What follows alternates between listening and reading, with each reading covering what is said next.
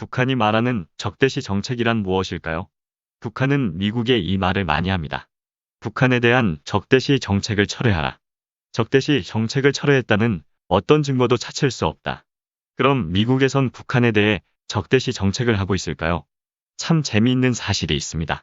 제네바 북미회담부터 육자회담, 트럼프 정권 하에서 북미회담에 관여한 인사들과 나름대로 대북통이라는 외교관이었던 이들까지 미국은 북한에 대해서 적대시 정책을 펴지 않았다고 말합니다. 그리고 누구도 확인해 줄 수 없는 자신이 체험한 북한 반응을 예로 들면서 북한도 미국이 어떤 대북 적대 정책을 펴는지 모른다는 말까지 진지하게 하고 있는 것입니다. 북한에서 적대시한다는 말을 하는 이유가 북미 또는 남북 간의 정치적 우위를 가져가기 위함이거나 한미동맹을 와해시키려고 주장한다고 말합니다.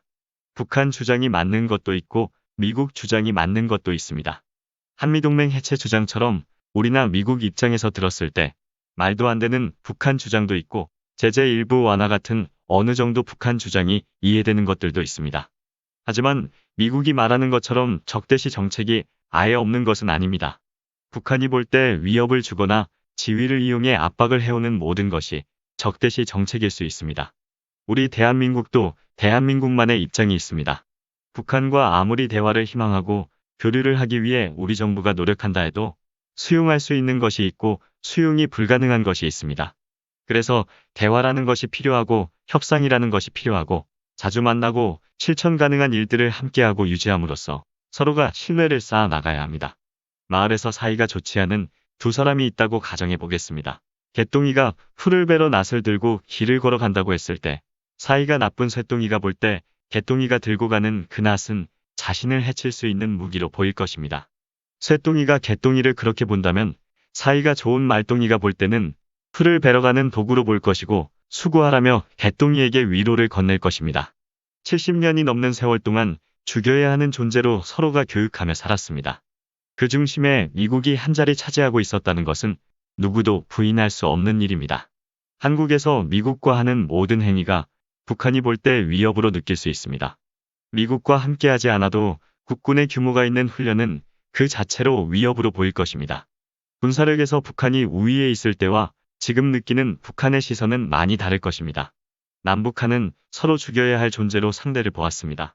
서로의 군사 행동은 나를 죽이기 위한 행동으로 해석할 수 있고 상대가 아니라고 해명해도 의심을 지우는 것은 서로가 불가능합니다. 한국은 경제적으로 융성하면서 군사에서 또한 융성해졌습니다. 힘에서 우위를 지녔다 판단하기에 모든 대화에서 자신감을 가지고 추진합니다. 북한의 위협이 줄어든 것이 아니라 북한의 위협에 대처하는 능력이 위협보다 월등히 커진 상태가 된 것입니다.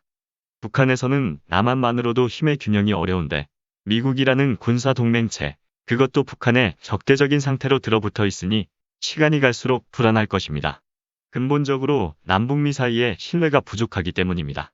같은 이유로 한국이나 미국도 북한에서 느끼는 불안을 모두 원한다 하여 제거할 수는 없습니다. 그래서 대화를 해야 하고 대화에서 합의된 것을 유지하고 지켜나가는 것이 중요합니다. 유지하고 지켜야 신뢰라는 것이 만들어집니다. 적대시 정책이란 어떤 것일까요? 미국은 정말 북한을 적대한 적이 없을까요? 북한뿐 아니라 어떤 나라에도 미국은 적대한 적이 없다고 말합니다. 기가 막히고 코가 막히는 이야기지만 미국은 정당한 정책을 편 것이지 적대한 것이 아니라고 말합니다. 미국과 갈등이 있고 이런저런 제약을 받는 나라가 느끼는 것은 미국이 보여주는 적대감이지만 미국은 적대가 아닌 정당한 정책이라 말합니다. 미국 입장에선 적대한 적이 없으니 변경하거나 수정할 사항도 없는 것입니다. 적대한다는 것. 세계에서 가장 영향력이 큰 미국이라는 나라에서 그것도 대통령이나 국무장관의 지위에 있는 사람들이 북한을 악의 축이다, 테러단체를 지원한다. 이런 말 한마디가 세계의 북한 이미지를 만들어냅니다. 이런 말도 상대국에서 들을 때는 적대적이지만 미국이 생각할 때는 정상적인 표현입니다. 미국이 무엇을 해도 제재받을 일도 그 말에 불이익을 받을 일도 없으니까요. 유엔 제재를 당하거나 미국의 자체 제재를 당하는 나라들이 제법 많이 있습니다. 오늘은 미국에서 대북통이라는 인사들이 북한이 주장하는 적대 정책 철회 주장을 두고 어떤 발언을 했는지 전달해 드리고자 합니다. 참고로 이들은 대부분 일본의 무척이나 가까운 인사들이고 일본의 대북 정책에 미국이 함께하길 바라고 일본의 정책이지만 미국이 정책으로 끌고 가는 모습이길 이들은 바라고 있습니다. 이들이 보기에 최근 바이든 정부의 기류가 심상치 않습니다. 한국 정부에 휘말려 들어가는 모습이라 이들은 판단하고 있는데 말 그대로 똥줄이 타고 있습니다. 1945년 시작된 한반도 갈등 유지 정책이 흔들리지 않도록 어떻게든 막아야 한다고 이들은 생각하고 있습니다. 한반도 정책 변화 움직임에 이들이 어느 정도 민감한지 알 수 있을 것입니다. 북한이 주장하는 적대시 정책에 대한 미국 언론의 기사 내용을 소개해드리겠습니다. 미국이 북한에 대한 적대시 정책이 없다며 진정성을 북한에 재확인해주고 있지만 워싱턴에서는 수십 년 동안 계속되고 있는 북한의 적대시 정책 주장은 실체가 모호하다는 비판이 많은데 북한이 이 주장을 하는 궁극적인 목표가 한미 동맹을 끝내라는 뜻인 만큼 미국이 북한의 요구를 수용할 현실적 방안이 존재하지 않는다는 대북 정책에서 한계에 봉착했다는 지적이 나오고 있다. 북한이 미국과의 모든 협상에서 합의를 어렵게 하는 걸림돌이라 말하고 있는 미국의 대북 적대시 정책 주장은 워싱턴에서 북한 문제를 다룰 때마다 피로감을 더해온 표현이다. 북한과 비핵화 담판을 경험했던 미국의 외교 당국자들은 북한 고위 관리들이 협상 때마다 적대시 정책 철회를 말했는데 정작 그 뜻이 명확히 무엇이냐고 물어보면 답변을 늘 회피했다고 해고했다. 북한이 거듭 우려를 표하는 미국의 적대시 정책을 해소해 줄 테니 구체적인 요구 사항을 미국에 알려달라고 해도 북한에게서 어떤 명확한 답변도 들을 수 없었다는 것이 북한을 상대한 미국 협상가들의 공통된 경험이다. 어떤 명확한 답변도 들을 수 없었다. 이것이 공통된 의견이다. 인터뷰 기사 전 기사에서는 이렇게 정리하고 있습니다. 이해할 수 없는 우스운 이야기죠. 북한에서 볼 때 북한을 옥죄는 모든 조치가 적대적 조치이고 북한이 말을 하지 않은 것이 아니라 미국이 모두 거절했고 중국, 러시아가 별도의 제안을 했을 때도 미국은 거절했었습니다. 지금도 제재를 더 강화해야 한다고 주장하는 것이 대체로 이들입니다. 대표적인 것이 종전선언을 거부하는 것이고 북미 수교를 거절하는 것입니다. 제재 완화 의견은 지금도 유엔의 안건으로 제출된 상태이고 제재 이행을 강조하면서 반대하는 곳이 다름 아닌 미국입니다. 적대하지 않는다면 종전이나 수교를 거부할 이유가 없는 것입니다. 자칭 대북통이라 불리는 전문가들 인터뷰 내용을 소개하겠습니다. 크리스토퍼 힐 전 국무부 동아시아 태평양 담당 차관보는 북한은 적대시 정책 철회를 수없이 언급하면서도 분명한 뜻을 밝히지 않았다고 말했습니다.